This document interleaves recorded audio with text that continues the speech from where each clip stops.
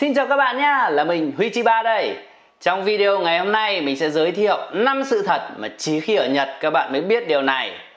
Chắc hẳn là khi ở Nhật thì có nhiều thứ rất đơn giản nhưng mà chúng ta lại không để ý. Đơn giản là do không có ai chỉ dạy cho chúng ta nên chúng ta không biết điều đó. Chính vì thế video này ra đời để nói lên những trải nghiệm về cuộc sống của mình ở Nhật.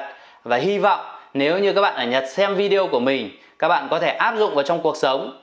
Các bạn nào ở Việt Nam, nếu như thấy hay thì các bạn có thể sáng tạo thêm và các bạn ứng dụng vào trong cuộc sống, công việc của mình nhá. Và nếu như bạn đã sẵn sàng, chúng ta cùng bắt đầu video ngày hôm nay. Nếu như mà ở Nhật thì các bạn đã quá quen thuộc với mì ăn liền rồi đúng không nào? Mì ăn liền ở Nhật thì rất là nổi tiếng và rất là phong phú về chủng loại này, về kích thước này, về hương vị này. Nếu như ở Việt Nam, mì ăn liền thì chúng ta sẽ quen thuộc với các thương hiệu như Hào Hảo này, Cung Đình này. Thì ở Nhật có rất nhiều loại mì, rất nhiều cách chế biến khác nhau. Từ mì ăn liền 3 phút đến những loại mì phải nấu đến 7 phút hay 10 phút. Và nhà sản xuất luôn muốn hướng đến cho người dùng sự tiện nghi nhất. Chính vì thế mà họ đã sáng tạo ra những cái cách dùng và rất là tiện lợi cho người sử dụng. Trên tay của mình là một gói mì rất bình thường đúng không nào? Nếu như các bạn ăn mì thì các bạn sẽ bóc cái phần ni lông ở phía dưới này ra này, sau đó mở nắp ra đổ nước vào đúng không nhỉ? Tuy nhiên rằng là ở phía dưới nắp mì này thường sẽ có một cái tem này và một cái miếng dán các bạn ạ. Ở đây mình sẽ hướng dẫn các bạn nhé. Có một miếng dán này, các bạn bóc miếng dán này ra này. Miếng dán này để khi mà chúng ta dán vào đầu nắp này thì nó sẽ giữ cho đầu nắp này kín. Đây, các bạn bóc gói mì ra, rót nước vào, chúng ta đậy cái nắp này lại thì nó sẽ không bị bay hơi và sẽ chín nhanh hơn. Đây là một mẹo nhỏ các bạn ở Nhật nhớ dùng nó nhá. Điều thứ hai mình muốn giới thiệu đến với các bạn đó chính là cách chúng ta bóc một hộp trứng. Hộp trứng thì chúng ta mua thường ở siêu thị, có giá cũng rất là rẻ thôi. Trứng ở Nhật Bản thì còn rẻ hơn trứng ở Việt Nam ấy các bạn ạ. Chính vì thế mà trứng đã trở thành một cái món ăn vô cùng quen thuộc. Tuy nhiên cách bóc hộp trứng thì không phải ai cũng để ý. Ở trên tay của mình đây là một hộp trứng. Thì chúng ta có cái phần mà tem và nó có cái phần nét đứt ý, các bạn ạ. Hãy chú ý nhá. Có cái phần đứt ở phần này. Thì đây là cái phần mà bóc hộp trứng này. Chúng ta sẽ bóc theo cái chiều này. Thì khi mở ra thì nó sẽ nắp và nó sẽ tự động nó gật lại như này được. Và thông thường thì hộp trứng nó sẽ có một cái phần tem này, phần ni lông màu da cam màu vàng ở đây. Nếu như các bạn không để ý thì các bạn sẽ bóc cái phần ni lông màu vàng này ra này. Nếu như bóc phần ni lông màu vàng này ra thì chúng ta vẫn mở được. Tuy nhiên là chúng ta sẽ mở ngược chiều và nó sẽ không thể nào mà gật lại được như này cả các bạn nhé. Cũng có một vài loại hộp trứng mà nó sẽ cho bóc ở cái phần mà có cái phần ni lông màu da cam này.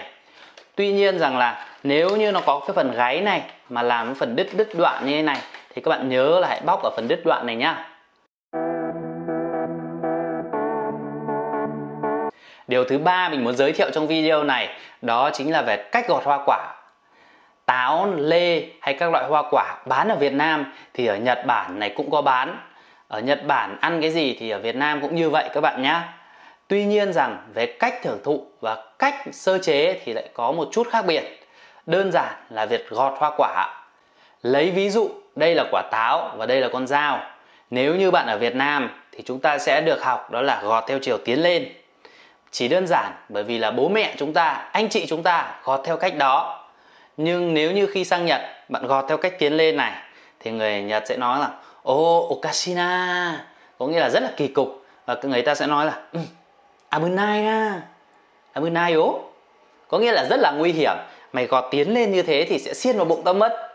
Thì người ta sẽ gọt theo cách đó là gọt ngược lại này, dùng ngón cái để dẫn đường này.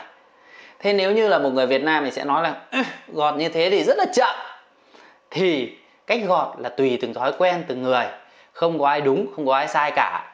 Tuy nhiên nếu như ở Nhật thì người ta sẽ có xu hướng là gọt theo chiều ngược lại nha các bạn nhé. Điều thứ tư mình muốn giới thiệu với các bạn đó chính là về cách bảo quản cơm. Nếu như các bạn ở Việt Nam chúng ăn cơm thừa thì chúng ta thường là sẽ sao nhỉ? Có thể là chúng ta sẽ để ở ngoài, hoặc là nếu như có thể thì chúng ta cẩn thận hơn, cho vào bát và để vào trong ngăn mát. Người Nhật sẽ gói vào những cái gói nhỏ như thế này, dùng cái ni lông hay ở bên Nhật gọi là cái ráp bự đấy, gói nó lại thành một cái cục nho nhỏ như thế này, vừa một bữa ăn. Và họ sẽ để vào trong ngăn đông nhá, ngăn đông. Và cái cục này thì có thể bảo quản 1 đến 2 tháng, thậm chí lâu hơn. Khi ăn thì chúng ta bỏ ra và chúng ta giã đông thôi. Thì đây cũng là một cái cách bảo quản rất là hay và chúng ta nên học tập. Tiết kiệm là quốc sách mà, đúng không nhỉ? Và điều cuối cùng mình muốn chia sẻ trong video này đó là về cách gõ văn bản. Các bạn đã biết là ở Nhật Bản có 2 cách gõ là Zenkaku và Hankaku chưa? Hankaku là ngày xưa khi mà thời đại công nghệ thông tin còn chưa phát triển thì chúng ta vẫn sử dụng cái Hankaku, có nghĩa là cái dung lượng của nó nhỏ, chỉ 1 byte thôi. Còn bây giờ sẽ là Zenkaku là 2 byte. Thì các bạn chú ý là trong các mẫu form, đặc biệt là làm thẻ ngân hàng, thì người ta vẫn duy trì cái cách điền Hankaku và Zenkaku này. Để có thể điền Zenkaku thì các bạn nếu như là dùng máy tính thì các bạn sẽ click vào phần chuột phải ở góc bên phải màn hình. Chúng ta sẽ chọn Zenkaku hoặc là Hankaku.